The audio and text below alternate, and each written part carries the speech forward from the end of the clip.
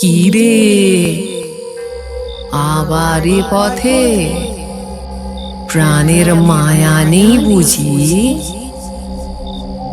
কথা কানে যাচ্ছে না তোর? কোনো সাড়া নেই কেন? কি হলো, থামলেন কেন? এগোতে থাকুন। কি বলেছিলাম মনে নেই? হ্যাঁ, হ্যাঁ হ্যাঁ, মনে পড়েছে। চলুন চলুন।